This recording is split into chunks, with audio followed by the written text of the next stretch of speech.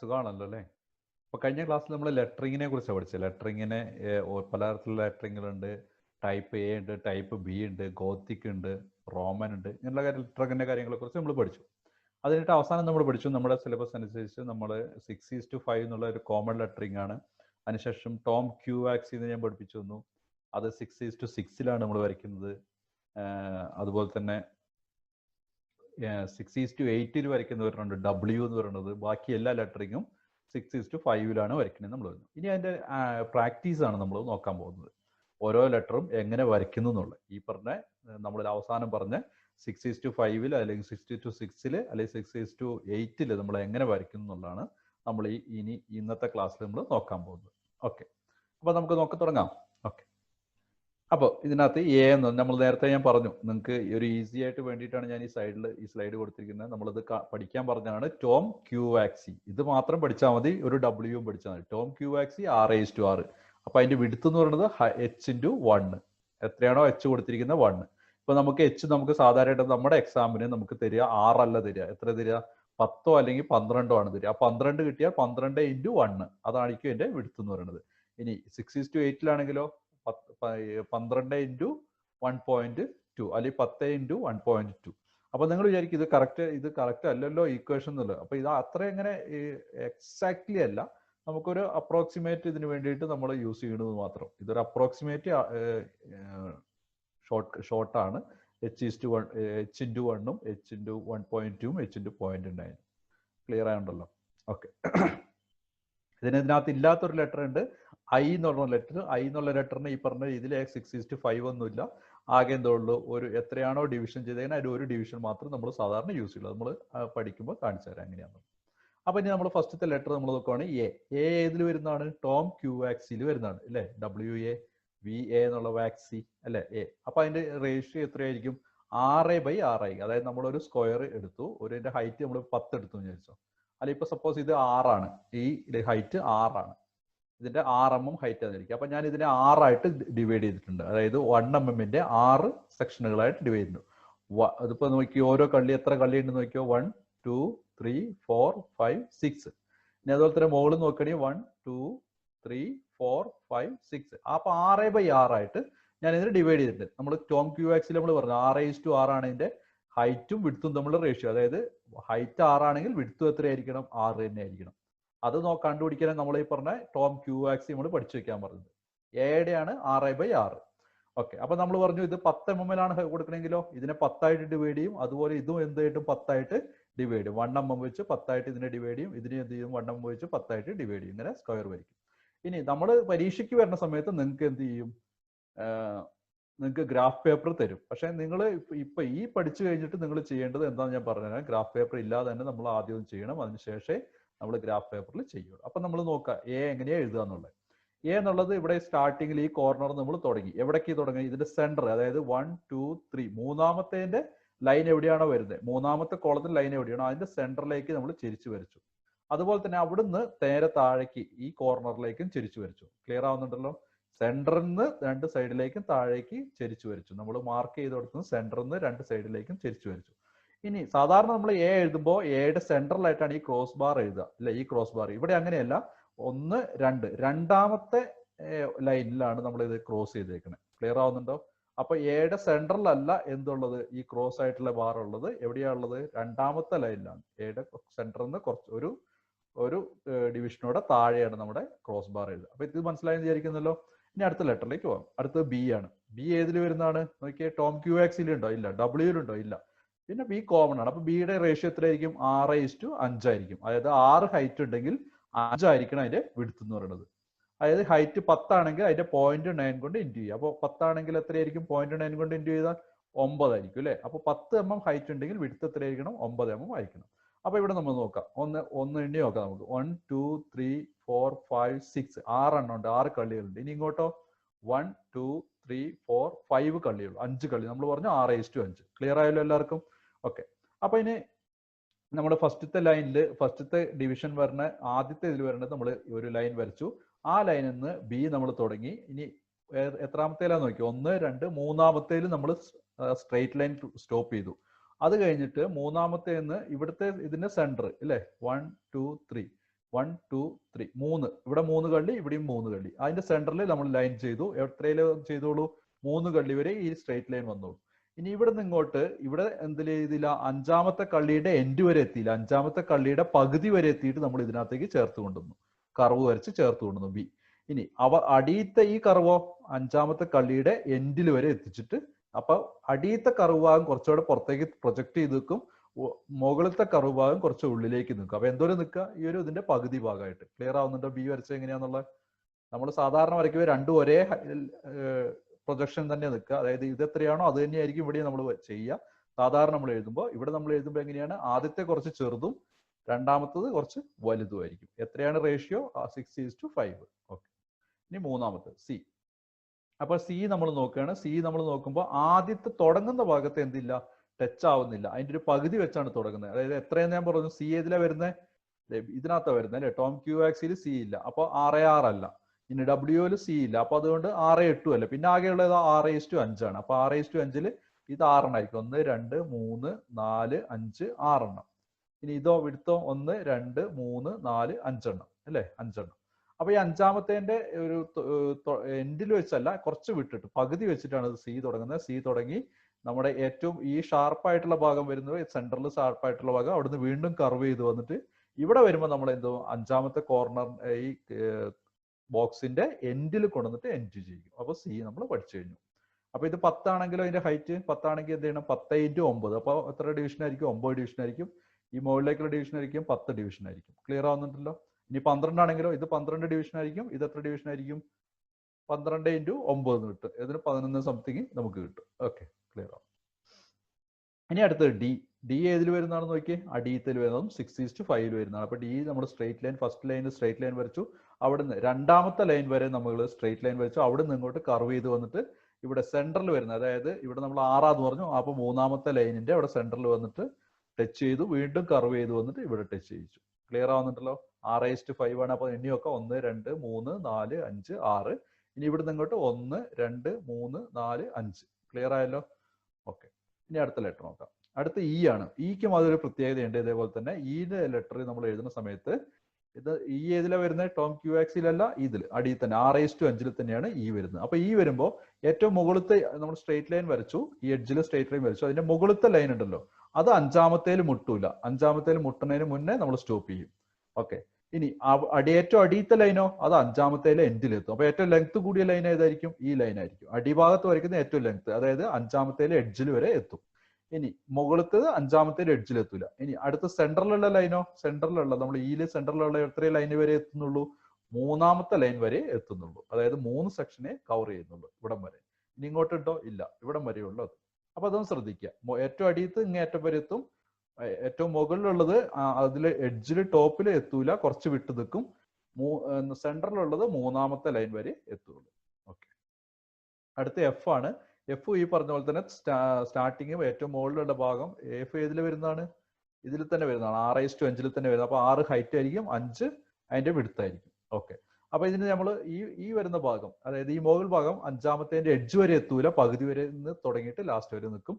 ഇനി അതിനുശേഷം ഈ ഭാഗം, അതായത് സെന്ററിൽ വരുന്ന ലൈന് എത്ര വരെ എത്തുള്ളൂ? 3 സെക്ഷൻ മാത്രമേ കവർ ചെയ്യുള്ളൂ, ബാക്കി ഭാഗം ഫ്രീ ആയിട്ട് കിടക്കും. ഓക്കെ. അപ്പൊ എഫ് കഴിഞ്ഞു. ഇനി അടുത്ത് ജി എങ്ങനെയാ വരുന്നത് നമുക്ക് നോക്കാം. ജി ഏതിൽ വരുന്ന? അതും 6:5 തന്നെ വരുന്നതാണ്. നമുക്ക് ഇവിടെ നമ്മൾ പറഞ്ഞു സി തുടങ്ങി, അതേപോലെ തന്നെ അതിന്റെ എഡ്ജിൽ നിന്ന് തുടങ്ങിയില്ല, അതിന് പകരം കുറച്ച് വിട്ടിട്ട് തുടങ്ങി.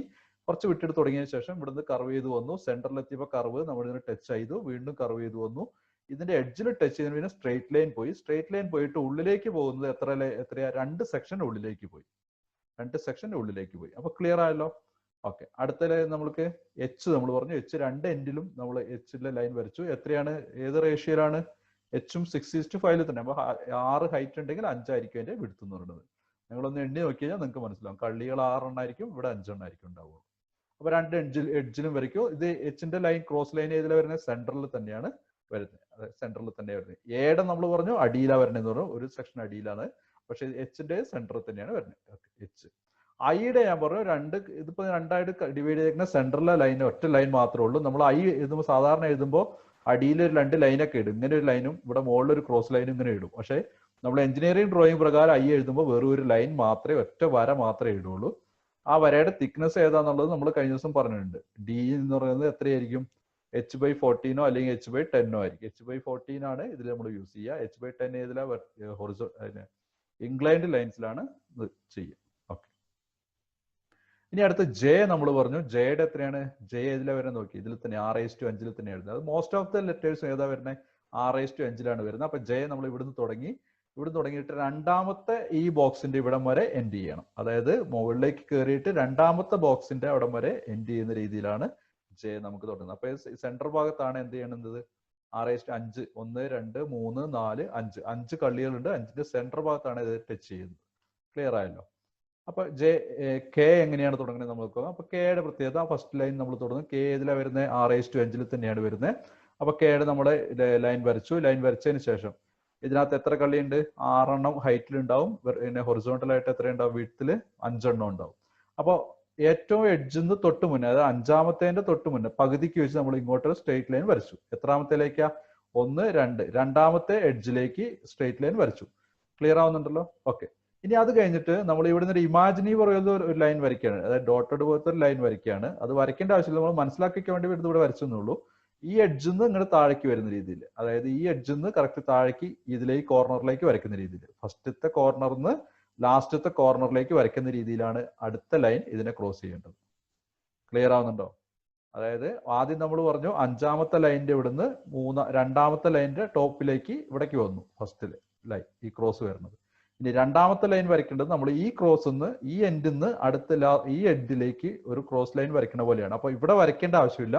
എവിടം തൊട്ടേ ഈ വരച്ച ലൈനിന് ഇങ്ങോട്ടുള്ള ഭാഗം മാത്രമേ വരയ്ക്കേണ്ട ആവശ്യമുള്ളൂ. അതങ്ങനെയാണ് കെ വരയ്ക്കേണ്ടത്. ക്ലിയർ ആയോ എല്ലാവർക്കും? ഓക്കെ. അടുത്ത എല്ല് നമ്മൾ പറഞ്ഞു. എല്ല് സാധാരണ പോലെ തന്നെ തുടക്കവും അവസാനം രണ്ട് എഡ്ജിലും ടച്ച് ചെയ്യുന്ന രീതിയിലാണ്. അതും ഏതിൽ വരുന്നതാണ്? എല്ല് 6:5 തന്നെ വരുന്ന ലെറ്റർ ആണ്. അടുത്ത എം നമ്മൾ സാധാരണ നമ്മൾ വരയ്ക്കുമ്പോൾ ഫസ്റ്റ് ലെറ്റർ ഈ വര നമ്മളൊരു ചെരിച്ചാണ് ഇങ്ങനെ വരയ്ക്കുക നമ്മൾ സാധാരണ എഴുതുന്ന സമയത്ത്, അല്ലെ? നോട്ട്ബുക്കിലൊക്കെ എഴുതുമ്പോൾ ഇവിടെ നമ്മൾ അങ്ങനെയല്ല, അത് സ്ട്രെയിറ്റ് ആണ്. സ്ട്രെയിറ്റ് കഴിഞ്ഞിട്ട് ഇനി എന്താ ചെയ്യേണ്ടതെന്ന് വെച്ചാൽ എം ഏതിൽ വരുന്നതാണ്? എം ഏതിൽ വരുന്ന നോക്കി? ടോം ക്യൂ ആക്സി, അല്ലെ? എം ടോം ക്യൂ ആക്സിൽ. അപ്പൊ എത്ര വരുന്നത്? 6:6 വരേണ്ടതാണ്. അപ്പൊ മുകളിലേക്ക് ഹൈറ്റ് എത്ര? 1 2 3 4 5 6 എണ്ണം, അല്ലെ? ഇനി വിടുത്ത് എത്ര നോക്കിയോ? 1 2 3 4 5 6 എണ്ണം. 6 വിടുത്തുണ്ടല്ലോ. അപ്പൊ 6 വിടുത്തിന്റെ തുടക്കത്തിൽ നമ്മൾ സ്ട്രെയിറ്റ് ലൈൻ വരച്ചു. ഇനി 6 വിടുത്തിന്റെ സെന്ററിൽ ഏതാ? മൂന്നാമത്തെ ലൈനിന്റെ പോയിന്റിലേക്ക് ഫസ്റ്റ് പോയിന്റ്, അതായത് ഫസ്റ്റ് കോർണറിന് ഈ മൂന്നാമത്തെ കോർണറിലേക്ക് നമ്മൾ ടച്ച് ചെയ്യിച്ചു. ഇവിടുന്ന് അതുപോലെ തന്നെ ലാസ്റ്റിന്റെ കോർണറിലേക്ക് നമ്മൾ ടച്ച് ചെയ്യിച്ചു. അവിടുന്ന് സ്ട്രെയിറ്റ് ലൈൻ വരച്ചു. ഇതാണ് ഏതെന്ന് പറയുന്നത്? എം എന്ന് പറയുന്നത്. അടുത്ത് നമ്മൾ വരയ്ക്കേണ്ടത് O ആണ്, അല്ലെ? സോറി, N ആണ്. N ഏതിൽ വരുന്നതാണ്? N നോക്കിയത് 6:5 വേണം. ഈ ലെറ്ററിംഗിൽ വരുന്നതാണ് N എന്ന് പറയുന്നത്. അപ്പൊ 6 ഹൈറ്റ് ഉണ്ടാവും, 5 വിടുത്തായിരിക്കും. നമ്മൾ സ്ട്രെയിറ്റ് ലൈൻ വരച്ചു. രണ്ട് എൻഡിലും ഓരോ സ്ട്രെയിറ്റ് ലൈൻ, വെർട്ടിക്കലായിട്ട് സ്ട്രെയിറ്റ് ലൈൻ വരച്ചു. ഈ രണ്ട് എൻഡുകളെ തമ്മിൽ യോജിപ്പിച്ചുകൊണ്ട് ക്രോസ് ചെയ്ത് ഒരു ലൈൻ വരച്ചാൽ N ആയി. അപ്പൊ ഇതിന് പ്രത്യേകിച്ച് നോക്കാനൊന്നുമില്ല. രണ്ട് എൻഡിലും രണ്ട് വെർട്ടിക്കൽ ലൈൻ വരച്ചതിന് ശേഷം രണ്ട് എൻഡുകളെ ക്രോസ് ചെയ്തുകൊണ്ട് ഒരു ലൈൻ വരയ്ക്കും.